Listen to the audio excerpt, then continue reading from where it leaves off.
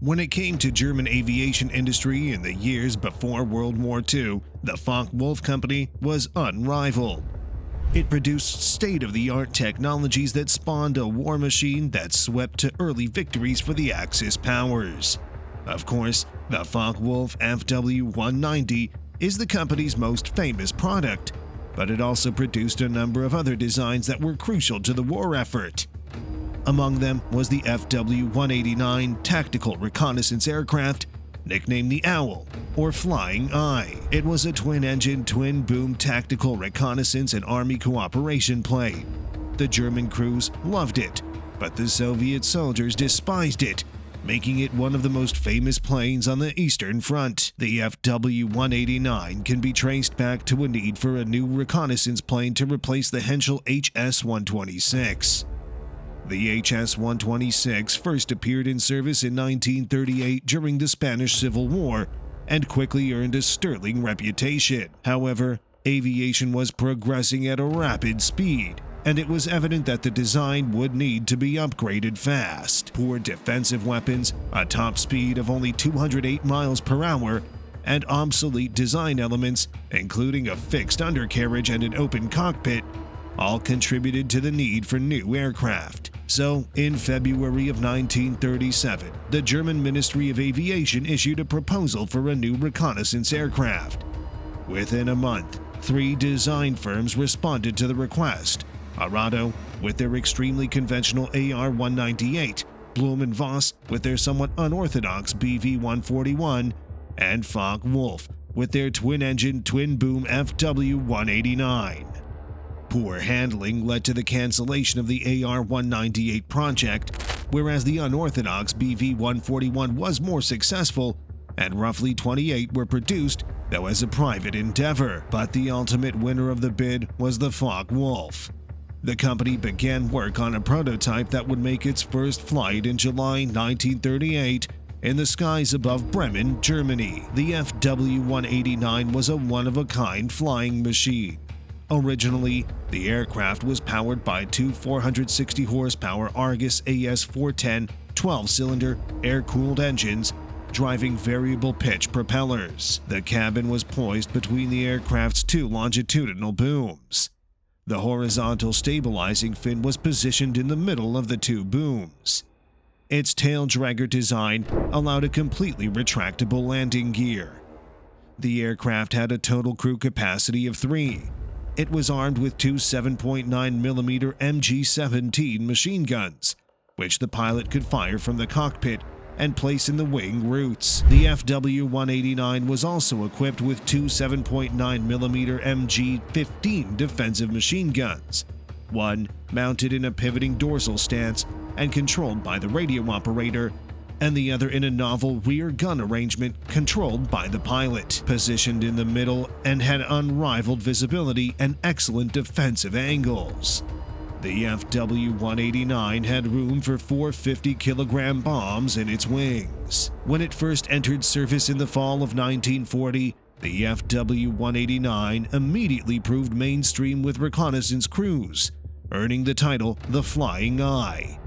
It could withstand punishment, was very maneuverable, and had effective defensive weapons. These features made it a formidable competitor, contributing to its high survival rate and winning the hearts of its crews. But for some reason, only 38 FW-189s were produced by year's end in 1940. This meant that it was only available to a few forces throughout the fight with France and the Battle of Britain. The HS-126 remained the workhorse of German close-in reconnaissance forces. Even though it was sorely lacking, so many were destroyed. But it was only a matter of time before the FW-189 was elevated to a top priority. The Focke-Wulf factory in Bremen had to redirect a significant portion of its manufacturing output to the new FW-190, so the aero plant in Prague became a major manufacturer of the aircraft. The FW-189 was able to outturn the bulk of Soviet fighters while taking potshots because of its rear cannon and strong covering angle.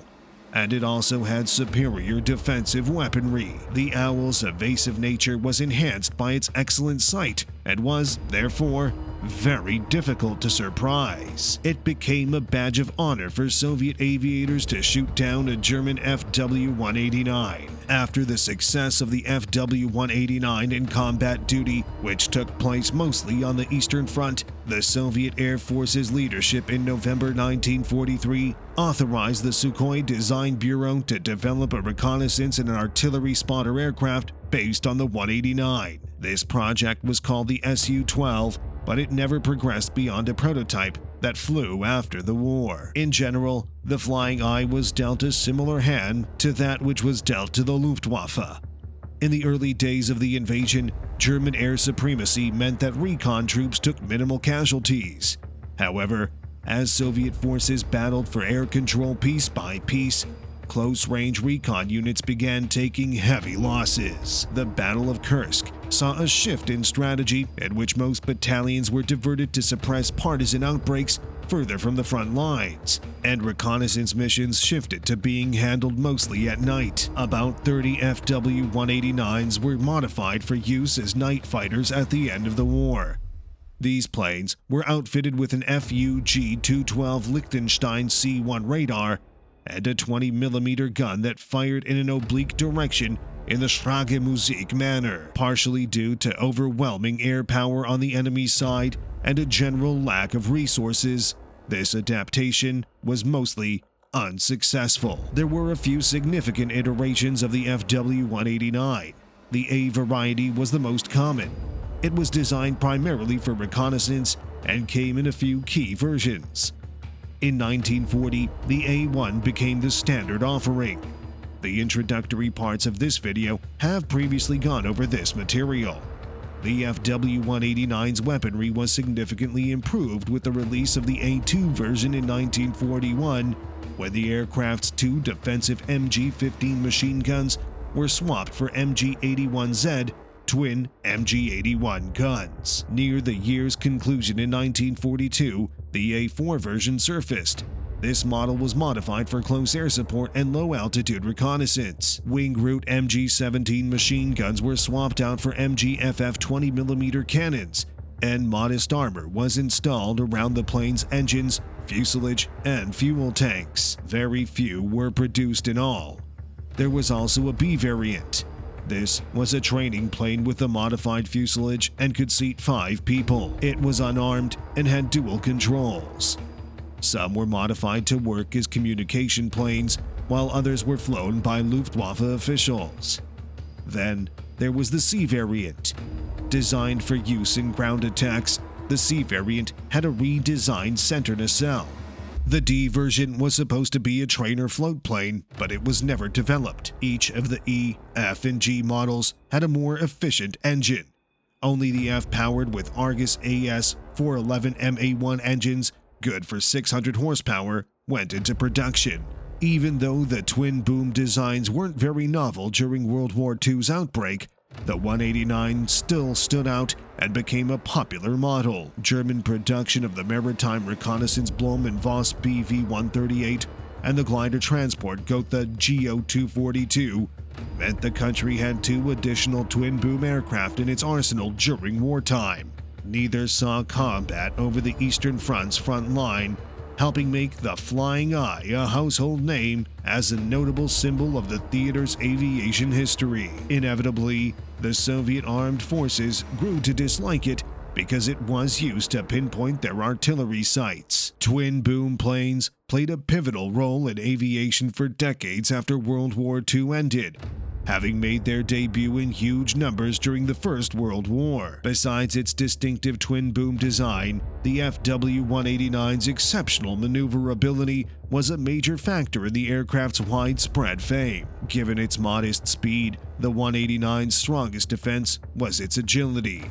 When spotted, the crews practiced a corkscrew descent full of sharp spins before making a low-level escape. Few Soviet fighters were able to keep up with it. A key factor in the FW-189's ability to return crews in one piece was its ability to remain airborne at altitudes below 3,000 meters with only one engine functioning.